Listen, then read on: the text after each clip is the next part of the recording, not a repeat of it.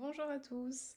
Alors, qu'est-ce que la candidose? Comment elle se développe dans l'organisme? La candidose est un champignon, une levure que nous avons tous en fait dans l'organisme et qui va se développer à un moment particulier dans un corps un peu acide aussi, acidifié. Quand une personne est un peu trop stressée, qu'elle prend des antibiotiques, de la cortisone, un peu trop de sucre, il s'avère que ça dérègle le microbiote.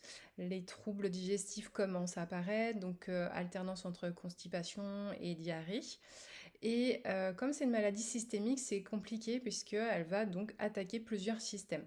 Système hormonal, digestif, au niveau de la détox aussi, ça va gêner les organes. Le pancréas aussi, lui, va être mis aussi à contribution, puisqu'en fait, si une personne elle mange un peu trop de sucre, ça va aussi le faire accélérer, enfin faire accélérer son travail. Ça aussi, ça va engager un terrain propice à développer du diabète. La candidose, elle aussi, elle va casser les cellules de l'intestin, donc elle va créer des trous dans l'intestin, donc on va parler de porosité de l'intestin.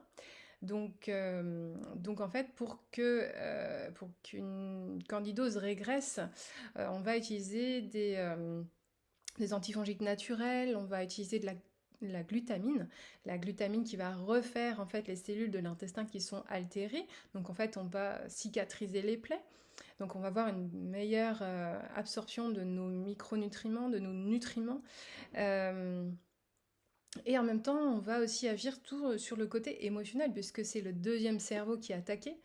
Donc la gestion émotionnelle, bah, ça passe par la respiration abdominale, du sport évidemment, du yoga, de la relaxation, la sophrologie. Toutes ces choses-là vont permettre vraiment d'agir en fait sur la candidose et du coup, ça va être un mode de vie.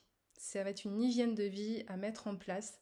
Donc c'est toujours un peu délicat parce que on doit changer nos habitudes, notre façon de manger et revenir à quelque chose de beaucoup plus sain. Mais on se sent, j'ai vraiment un retour de clientes qui me disent qu'ils se sentent vraiment très bien au moment où ils arrêtent, où elles arrêtent en fait de consommer un peu trop de sucre, qu'elles régulent vraiment leur alimentation. Alors c'est pas facile hein, évidemment puisque au départ il y a vraiment une suppression en fait du sucre.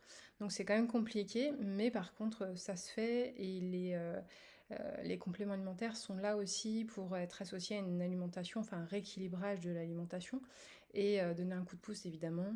Euh, et, euh, et au niveau émotionnel évidemment, eh bien, on a l'EFT, on a la sophrologie pour aider, pour accompagner dans cette démarche. Voilà.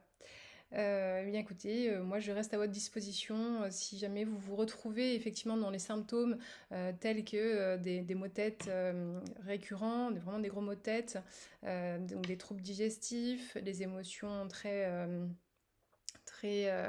en dents de scie en fait, hein, c'est vraiment les montagnes russes, c'est vraiment de l'irritabilité parce qu'il y a une inflammation permanente, donc il va y avoir de l'irritabilité. Souvent, il y a aussi un candidat qui peut se développer au niveau buccal, au niveau vaginal.